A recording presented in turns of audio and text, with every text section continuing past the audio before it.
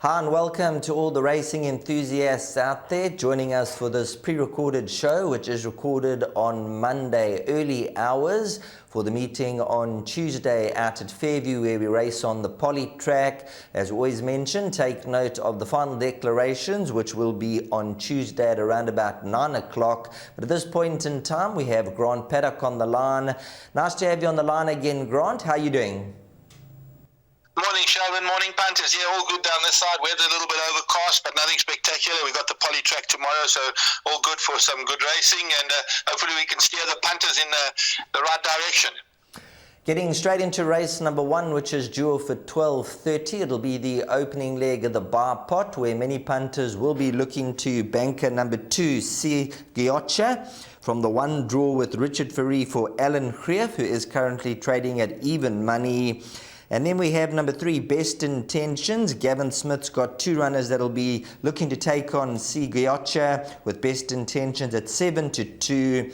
But after being runner-up in their last 3 runs to date, they look to have found the ideal opportunity to break out of the maiden jail.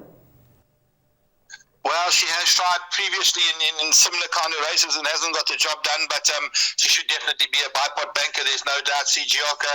I think the biggest danger is probably going to be the 5-horse Keen on Kelly with James Lee Harbour, who's now taken over for Muzi Yen, who's indisposed.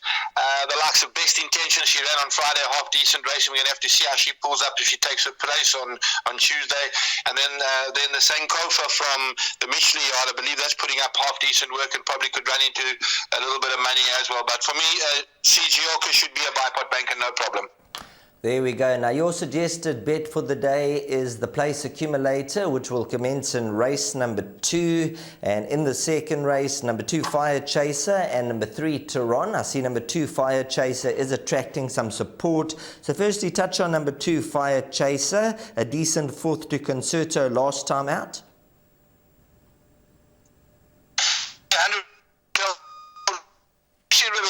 Last time out, she blew the start and really finished off the race very, very nicely. So I was actually impressed with that run. She can definitely improve on that. I believe she's doing very well at home. Definitely got the colt Tehran to beat. Very good first local run, and I believe he's come on from that. So he's going to probably be a very hard nut to crack. The place accumulator banker for me, Tehran, but Fire Chaser is going to be definitely chasing him home. There's no doubt. And then the likes of Royal Venus and Midnight Advocator to fill up that trifecta and quartet place. But I make it between Tehran and Fire Chaser. Slight preference to Tehran.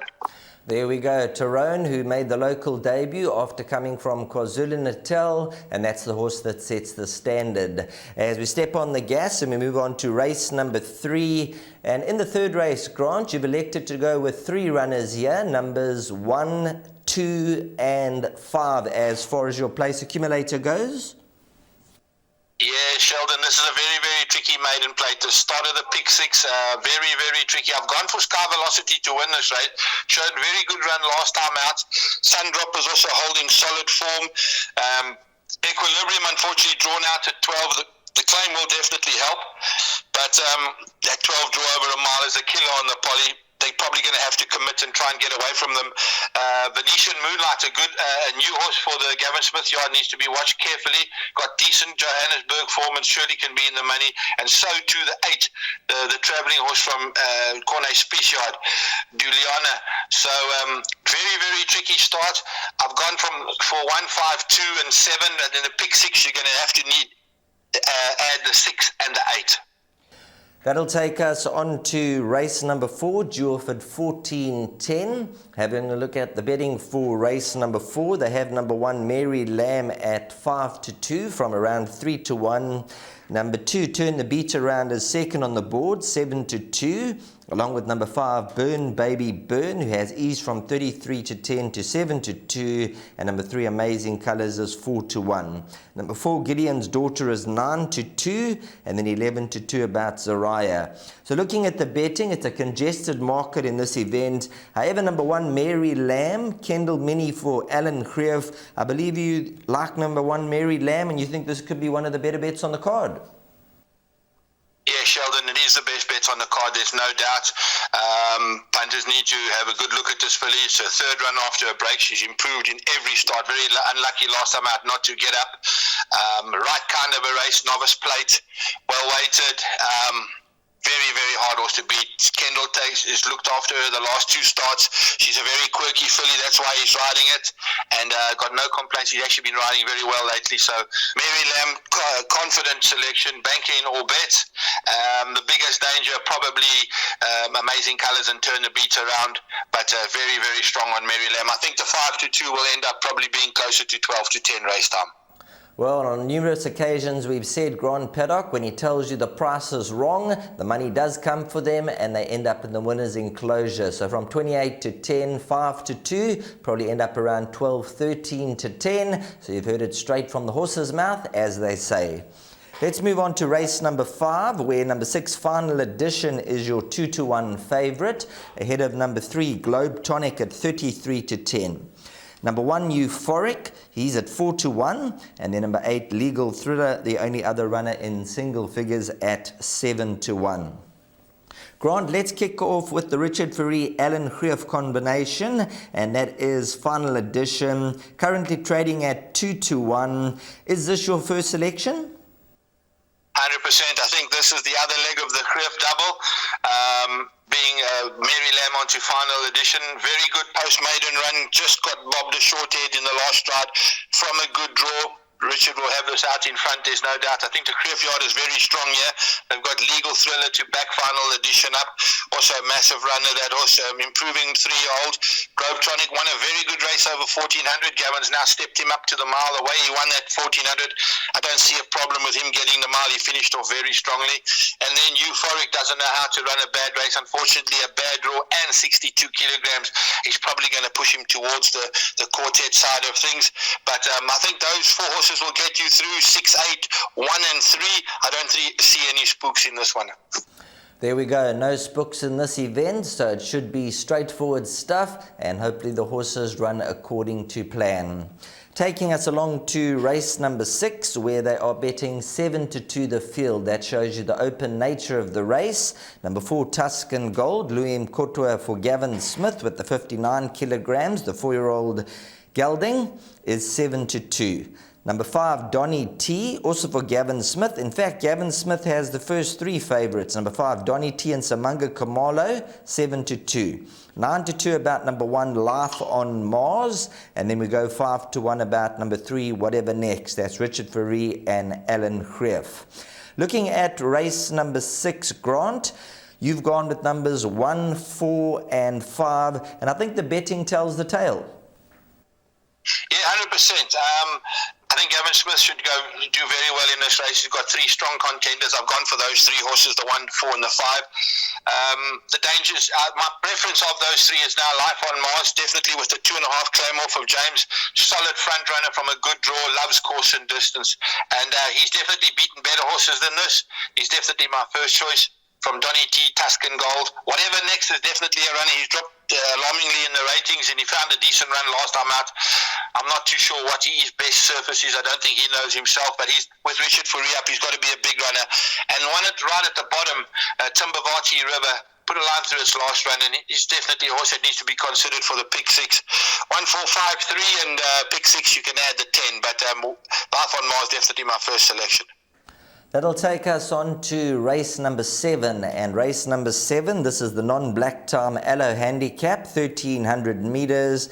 And just looking at the current betting, they do have number 2 as the favorite, which is Summer Odyssey. And guess who? Once again, Richard Fourie for Alan Greef. They're going to be looking to have another red letter day, currently priced up as your 2-1 favorite. You've elected to bank in the place accumulator. And just looking at that recent run, second to Golden Pacific, that was in an 84 handicap. And if you go earlier on in this filly's form, it's run behind Lunar Halo in some of the feature races. So by all intents and purposes, you're quite strong on Summer Odyssey. Yeah, 100%. Very strong Summer Odyssey. Biggest danger, Joy and Peace. I do feel the 1300 on Polly is going to be a way too short for her. She'll be running on late into the money. Idita needs to find her form. She is capable, though, there's no doubt about it. She's a very decent filly, but needs to find a bit of form. Heidelita's done well, but against a lot weaker. So this race seems to be set up for Summer Odyssey. She's definitely a nap selection and a banker for me. Then moving on to the final hurdle, as we say, which is race number 8. You're going to go with 2 runners here, numbers 1 and 8 in the place accumulator. And just looking at the horses, number 1, which is Gold for Africa, coming off a second to Opera's Swing, a victory prior to that beating Jaspero, and then last time out ran 4th to Official Secret. The third horse in that race has come out to frank the form, so the form line's looking good. And then you've added in horse number 8. 100% Sheldon. Gold for Africa now with a claimer on is definitely a bigger runner. Definitely my first choice in the race now. She's run against stronger and beaten stronger. Marshmallow's the danger. She's my value bet on the day. And then St. Clude and Trump My Queen to fill up. The pick 6 you need 1, 2, 5 and 8. My value bet on the day is the 8, but I still think the 1 will win it. Just on a lighter note, do you have a soft spot for number 8 Marshmallow? Since she's back with a Cliffy Milliard, she's done nothing wrong. She's improving. Low weight filly that likes to go up there from a good draw. Can't see her missing the first 3. That's great stuff. Can't see Marshmallow missing the first 3, and life's all too serious, so you've got to have some fun every now and again, and maybe Marshmallow can come through and do the business as one of the value bets on the card. Now, Grant, if you wouldn't mind, we're going to bring up your suggested bets for the day. For all your followers out there, you can go through your suggested bets for the day, please. 100% Sheldon. My best bet race 4, number 1 Mary Lamb. My value bet race 8, number 8 Marshmallow, and my suggested bets, the place accumulator, goes as follows. We're starting off with Banker 3 by 1, 2, 5, by Banker 1, by 6 and 8, by 1, 4, 5, by Banker 2, by 1 and 8 for 36 Rand. As always, thanks very much for your time, Grant. You put in the hard work behind the scenes, and all the viewers and us, we already appreciate all the hard work. Thanks very much, and have a top day's racing. Thank you very much, Sheldon, and good luck to those punters tomorrow. Goodbye. Thanks very much to Grant Paddock joining us on the line for the Fairview Polytrack meeting. He's given us the lowdown of all the selections, and now we leave it up to the horses to bring home the money.